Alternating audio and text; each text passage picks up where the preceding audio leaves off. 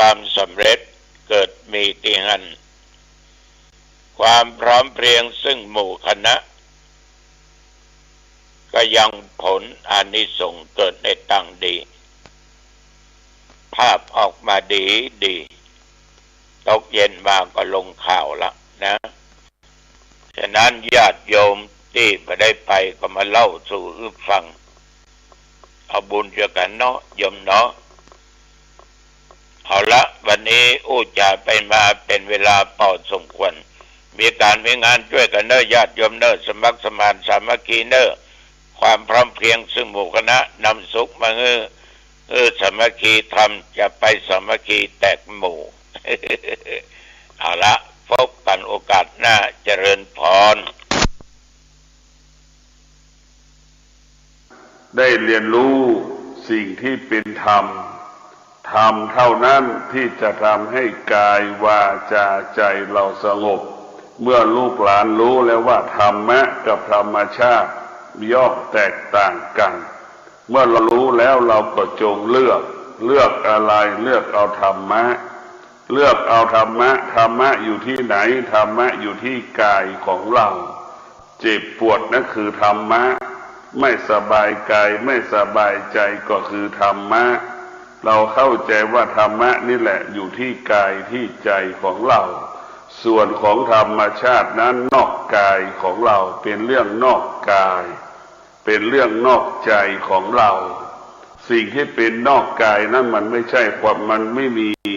เป็นสิ่งที่ไกลตัวของเรามันยังไม่มีความสำคัญต่อชีวิตของเราถึงแม้จะสำคัญก็แค่บางเวลาดังพ่อแม่สามีภรรยาลูกปู่ย่าตายายไม่สามารถอยู่ร่วมกันได้ใช่ไหมอยู่ร่วมกันได้แค่บางเวลาเราเข้าใจเช่นนี้ส่วนธรรมะนั้นมีความสำคัญต่อชีวิตต่อจิตใจของเราเพราะธรรมะอยู่ที่กายที่ใจของเราพึ่งได้ตลอดเวลาคือพึ่งธรรมะเราพึ่งธรรมะเราจะไม่เสียใจถ้าเราไปพึ่งธรรมชาติมีแต่คำว่าเสียใจนะเพราะธรรมชาติก็ได้แก่พ่อแม่สามีภรรยาลูกไม่สามารถตอบสนองเราได้นั่นแหละคือเราจะเสียใจเราจะไม่สบายใจแต่ส่วนธรรมะนั้นเราพึ่งพาธรรมะมีแต่คำว่าความสุขมีแต่คำว่าความสุขเพราะธรรมะก็คือตนแลเป็นที่พึ่งแห่งตนเราไม่ต้องหงุดหงิดให้ตัวเองเราไม่ต้องหงุดหงิดให้กับบุคคลอื่นก็เพราะเราพึ่งพาตนเองจิตมันก็มั่นคงกายก็มั่นคงเรียกว่ากายวาจาใจเรามั่นคงตลอดกาลเวลาตรงกันข้ามเราไปพึ่งพาธรรมชาติทำให้จิตใจเรานั้นวุ่นวายกระวนกระวายเป็นทุกข์กระสับกระส่ายเศร้าหมองเพราะเขาไม่ตอบสนองเราได้ดังที่ใจเราต้องการถ้าธรรมะนั้นเรามีสติรู้อยู่กับเราตลอดเวลาเมื่อเรามีสติรู้สิ่งใดธรรมะก็บอกให้เรารู้เฉยเมื่อเรามีธรรมะเราจะไม่ยึดติดในธรรมเราจะยึดติดอยู่กับการกำหนดลมหายใจเข้าออกธรรม84,000พระธรรมขันธ์มันจะสู้ธรรมที่มีสติกำหนดลมรู้ลมหายใจเข้าไม่ได้รู้กำหนดลมหายใจออกไม่ได้ไม่เราสู้กำหนดลมหายใจเข้าออกสั้นยาวไม่ได้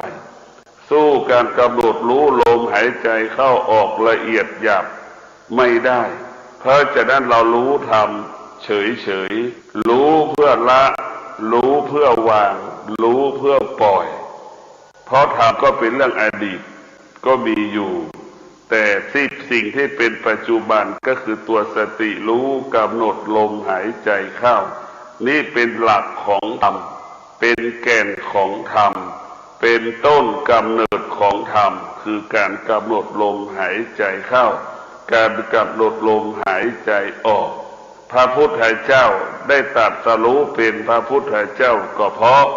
รู้กำหนดลมหายใจเข้ารู้กำหนดลมหายใจออกนี่แหละจึงทำให้พระพุทธเจ้าได้เป็นพระพุทธเจ้าสืบเนื่องกันมาจนถึงปัจจุบันนี้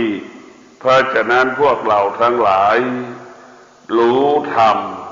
เราก็ไม่ยึดติดในธรรมรู้ธรรมเราก็ปล่อยวางในธรรมเราไม่ต้องไปยึดติดมันเช่นเรารู้กำหนดลมหายใจเข้า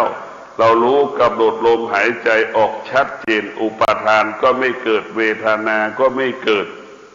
มันไม่มีเวทนาไม่มีอุปาทานไม่มีอนิจจังทุกขังอนัตตาเราจะอยู่กับปัจจุบันสิ่งเหล่านี้เข้ามาไม่ได้ความโลภความโกรธความหลงความอยากก็มาไม่ได้รู้แล้วว่าการกำหนดลมหายใจเข้าการกำหนดลมหายใจออกนี่มันมีพลังและมีอานุภาพกิเลสก็เกิดขึ้นไม่ได้ราคะตัณหาก็เกิดขึ้นไม่ได้ความโลภความโกรธความหลงก็เกิดขึ้นไม่ได้ไม่มีสิ่งใดจะเข้ามาสู่จิตใจเราได้เพราะอานุภาพของการกำหนดลมหายใจเข้าออกนั้นมันมีพลังและมีอานุภาพมีพลังและมีอานุภาพเหมือนกองไฟที่มันร้อนมันมีพลังอานุภาพอย่างนั้นไม่มีใครจะมาเข้ามาสู่อยู่ใกล้กองไฟได้เพราะรัศมีความร้อนของไฟนั้นมันสูงมากกิเลสก็เป็นดังเช่นไฟมันก็กลัวอยู่กิเลสก็กลัวไฟกลัวธรรมะธรรมะจึงเป็นศัตรูของกิเลสกิเลสจึงเป็นศัตรูของธรรมะเพราะฉะนั้นพวกเราทั้งหลายเรามีสติรู้พระธรรมเราน้อมนำเอาพระธรรมมาเป็นอาหารของกายเราน้อมนำเอาพระธรรมมาเป็นเสื้อผ้าอาภรณ์ห่มกายของเราเอาพระธรรมมาเป็นเสื่อเป็นสาดมาเป็นที่นอนของเรานอนด้วยธรรมสุขภาพดีอายุยืนนอนด้วยธรรมสุขภาพดีอายุยืนนอนด้วยธรรมชาติล้วนเป็นแต่กิเลสทั้งสิ้นเผาเราตลอดเวลาทำให้เราทุกข์ใจตลอดเวลาเรานอนด้วยกิเลสเหมือนยุงมันจะมารบกวนในใบหูเรานอนด้วยกิเลสก็เหมือนมดที่มันกัดตามร่างกายของเราทำให้เราหงุดหงิดทำให้เราอึดอัดมีแต่เรื่องอดีตมีแต่เรื่องอนาคตแต่ถ้าเรานอนด้วยธรรมไม่มีอดีตไม่มีอนาคตกำหนดลมหายใจเข้ากำหนดลมหายใจออกอยู่กับปัจจุบันขณะที่เราจะหลับเราก็หลับด้วยสมาธิหลับด้วยสมาธิถ้าเป็นธรรมชาติหลับด้วยความคิดถ้าเป็นธรรมะหลับด้วยสมาธิมันจะแตกต่างกันถ้าธรรมชาติมันจะว่าด้วยเรื่องกิเลสทั้งสิ้นว่าด้วยเรื่องความคิดทั้งสิ้นความคิดก็เป็นเรื่องของกิเลส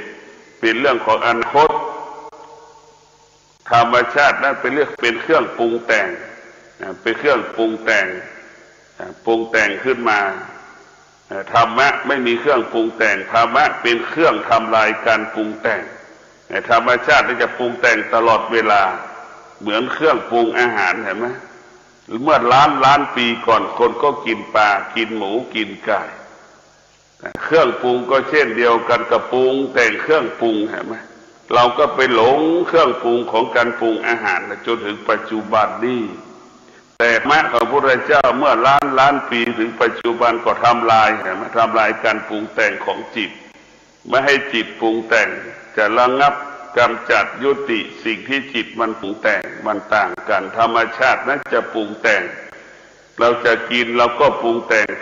เวลาจะกินก็ปรุงแต่งจะนอนก็ปรุงแต่งนี่แหละคือเป็นการสร้างภาระสร้างปัญหาให้เราธรรมชาติเปรียบเสมือนดักแกวดักหนูนั่นแหละแต่ธรรมชาติเป็นเช่นนั้นคนทั้งโลกก็ติดธรรมชาติจิตของชาวโลกก็เปรียบเสมือนหนูติดกาวทุกคนก็ติดกัน